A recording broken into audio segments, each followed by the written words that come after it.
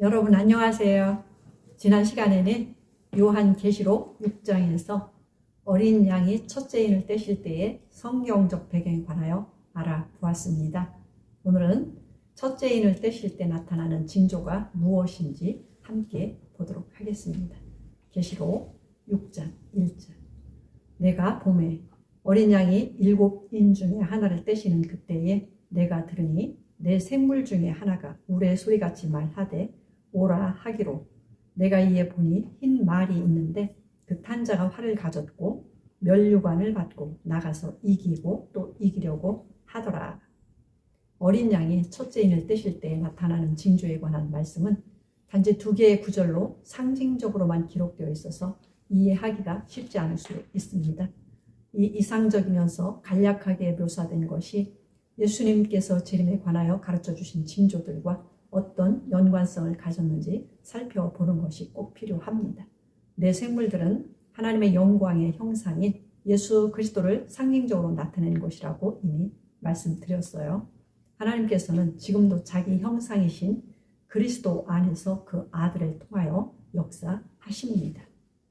우레 같은 소리는 하나님께서 시내산에 강림하셔서 율법을 주실 때도 있었고, 이스라엘 백성이 왕이신 야훼를 거절하고 이방인들처럼 사람 왕을 구할 때도 하나님께서 우레를 보내시며 책망하셨습니다.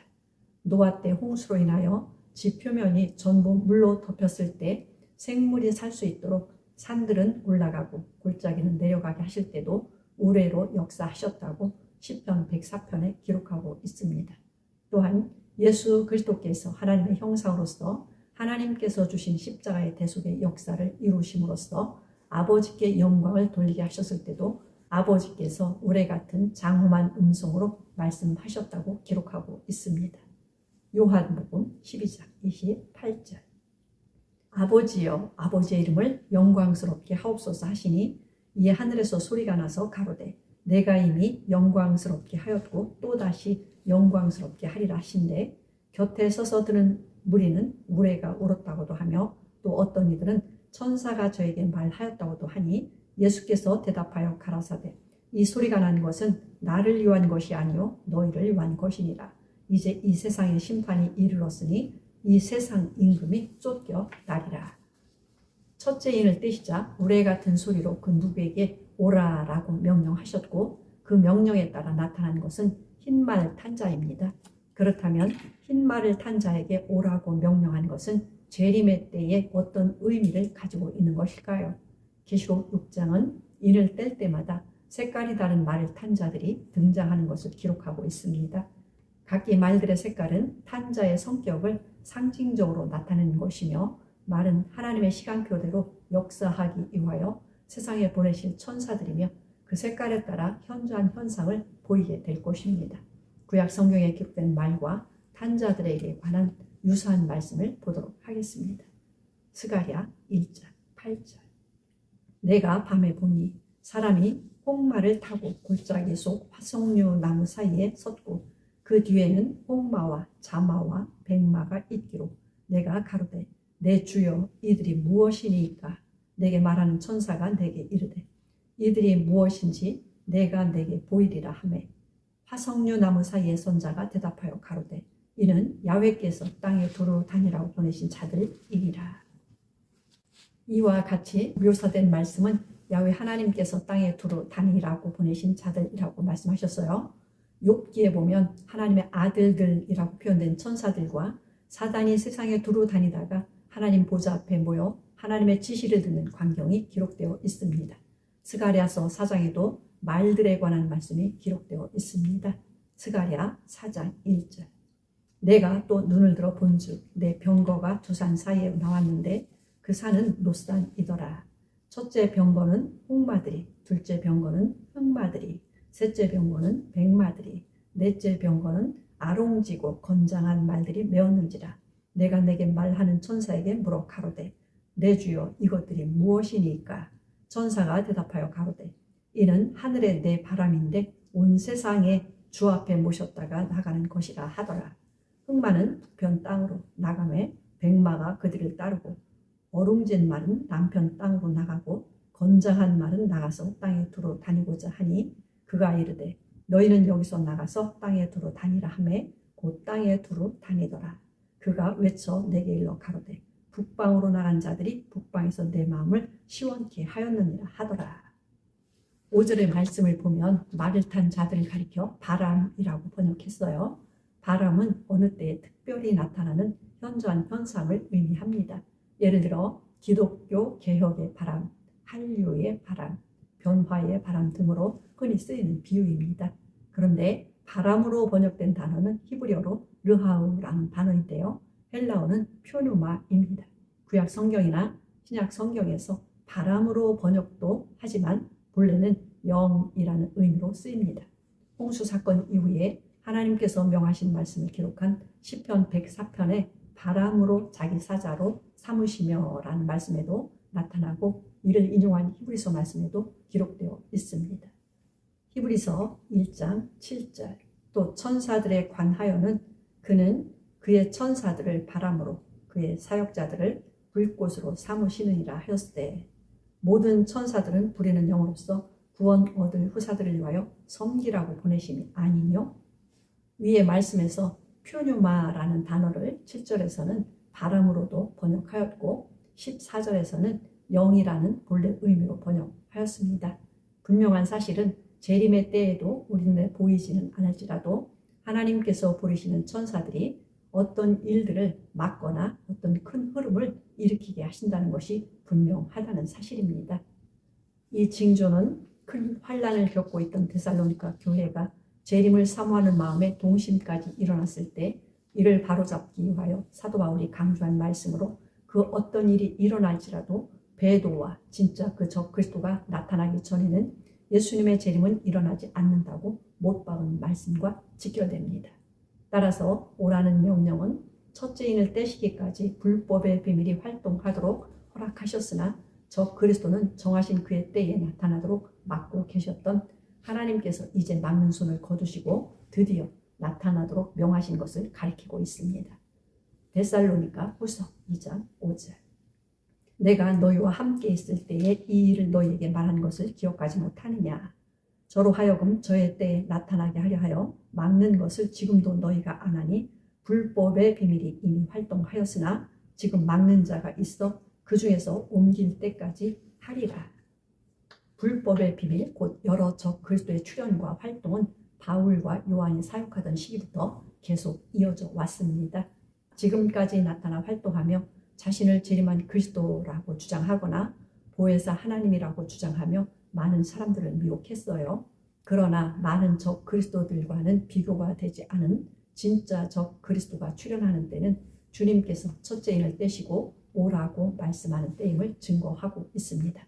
이때는 하나님께서 이스라엘 백성들과 예루살렘 성을 위하여 정하신 7회가 69번이 지나고 긴 기간이 흘러 70번째의 7회가 도래하게 될 때라고 다니엘에게 계시하셨던 예언이 이루어지는 때입니다. 다니엘 9장 27절 그가 장차 많은 사람으로 더불어 한 일해 동안에 언약을 굳게 정하겠고 그가 그 일의 절반에 제사와 예물을 금지할 것이며 또 잔포하여 미운 물건이 날개를 의지하여 설 것이며 또 이미 정한 종말까지 진노가 황폐케 하는 자에게 쏟아지리라 하였느니라. 그 예언은 예수님께서 가르치신 말씀을 주목할 필요가 있는데요. 가짜 그리스도를 진짜 그리스도로 오해하고 영접할 것이라는 말씀입니다. 진짜 그리스도는 야훼는 구원이 되셨다는 이름, 즉 예수 이름으로 낮고 천한 육체의 형상으로 오시자 무시하고 신성 모독죄로 보라 십자가의 못을 박았습니다. 저 그리스도는 666이라는 숫자로 이루어진 이름을 가지고 세상에 가장 강력한 영향을 끼칠 인물로 등장할 것이며 그를 경배하지 않는 자들을 다 죽일 것이라고 증거하신 것입니다. 그가 유대인들에게 주변의 적대국들과 7년 동안의 평화 조약을 맺게 될 때 그 적 그리스도임을 확신할 수 있을 것입니다. 요한복음 5장 43절 나는 내 아버지의 이름으로 왔음에 너희가 영접지 아니하나 만일 다른 사람이 자기 이름으로 오면 영접하리라. 너희가 서로 영광을 취하고 유일하신 하나님께로부터 오는 영광은 구하지 아니하니 어찌 나를 믿을 수 있느냐. 우리가 반드시 알아야 할 중요한 사실은 그때 하나님의 신부로서 휴거에 동참할 자들은 다니엘이 믿던 그 유일하신 하나님, 곧 오직 한 분의 남편이 되신 예수님을 주 하나님으로 도마처럼 고백한 믿음을 가진 자들이어야 한다는 사실입니다. 왜냐하면 한 분의 아버지, 한 분의 남편이 되신 유일하신 하나님, 즉 사람인 아들을 형상으로 삼고 오신 야훼 외에 다른 신을 하나님과 남편으로 섬기는 자는 음녀로서 심판을 받는다고 계시록 16장부터 19장까지 경고하셨기 때문입니다. 그 적 그리스도가 흰 말을 타고 등장한다고 묘사하는 것은 적 그리스도가 평화의 왕처럼 온 세상의 환호를 받음으로 등장할 것임을 보여줍니다. 그러나 그 평화는 3년 반도 지나지 않아 깨어질 거짓 평화입니다. 사도 바울은 그가 온 세상을 속이고 유대인들을 속이는 때에 관해 이렇게 경고하고 있습니다. 데살로니가 전서 5장 1절. 형제들아, 때와 시기에 관하여는 너희에게 쓸 것이 없음은 주의 날이 밤에 도적같이 이를 줄을 너희 자신이 자세히 알미라.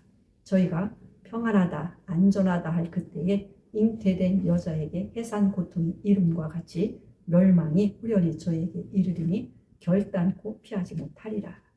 예수님께서 12 사도들에게 자신의 재림에 관한 징조를 말씀하실 때 가장 먼저 그 적 그리스도가 등장할 것임을 경고하신 말씀은 이미 설명하였으므로 생략하고 있는만 하겠습니다. 마태복음 24장 4절. 예수께서 대답하여 가라사대 너희가 사람의 미혹을 받지 않도록 주의하라. 많은 사람이 내 이름으로 와서 이르되 나는 그리스도라 하여 많은 사람을 미혹해 하리라. 예수님께서 말씀하신 마태복음 24장에 기록된 징조들이 순차적으로 일어날 것과 7년 평화주에게 절반의 때가 오기 전에 예수님의 공중 재림과 잠자는 자들의 부활과 살아있는 자들이 변화하여 휴거되는 너무나도 놀라운 기적이 모든 피조물 앞에 나타날 것입니다. 그리고 그 절반의 때부터 땅에 남은 자들에게 임할 무서운 환란에 관해서도 이미 말씀을 드렸어요. 마태복음 24장 15절. 그러므로 너희가 선지자 다니엘의 말한다. 멸망에 가증한 것이 거룩한 곳에 선 것을 보거든 읽는 자는 깨달을진저. 평화 조약이 맺어질 때 주 70년에 무너졌던 유대인의 성전이 다시 세워질 것입니다. 새 언약과 메시아를 거절한 유대인들이 가짜 그리스도를 영접하고 성전 제사를 다시 드리기 위하여 속죄의 제물로 붉은 암송아지가 필요합니다. 그날을 위하여 이스라엘 나라는 2025년 7월 1일에 붉은 암송아지 예식을 거행했는데요. 전 세계적인 관심을 끌었습니다. 이 예식은 제3성전 건립을 준비하는 단체들이 실제 송아지를 잡고 태워서 정결케 하는 제물을 취하는 과정이 포함되어 있었습니다. 이스라엘 백성은 성전 건축은 물론 제사 드릴 때 쓰는 모든 기구들도 갖추어 놓고 그날을 기다리고 있습니다. 예수님께서 말씀하셨듯이 성전에 앉을 인공지능 로봇도 지금은 우리 주변까지 와 있습니다. 계시록 13장 15절. 저가 권세를 받아 그 짐승의 우상에게 생기를 주어 그 짐승의 우상으로 말하게 하고 또 짐승의 우상에게 경배하지 아니하는 자는 며칠든지 다 죽이게 하더라. 예수님께서 무화과나무 비유를 배우라고 말씀하시며 이 세대가 다 지나가기 전에 모든 일이 이루리라고 말씀하셨어요. 평안하다, 안전하다고 믿는 세상은 성도들을 비웃고 핍박할 것입니다. 그러므로 우리는 모두 깨어서 말씀대로 준비하여 영광과 기쁨 중에 예수님을 맞이하는 은혜를 받아야 할 것입니다. 감사합니다.